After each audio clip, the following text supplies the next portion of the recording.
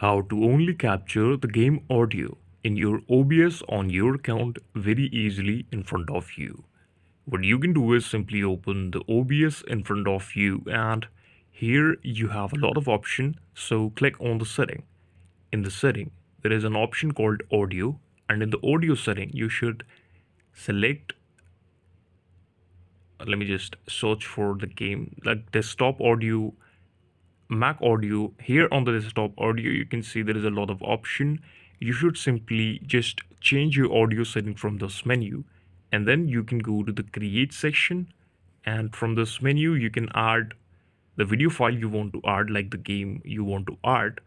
You can simply click on the game capture here, the audio input capture, and application audio capture. There is three setting, you can use any one of them.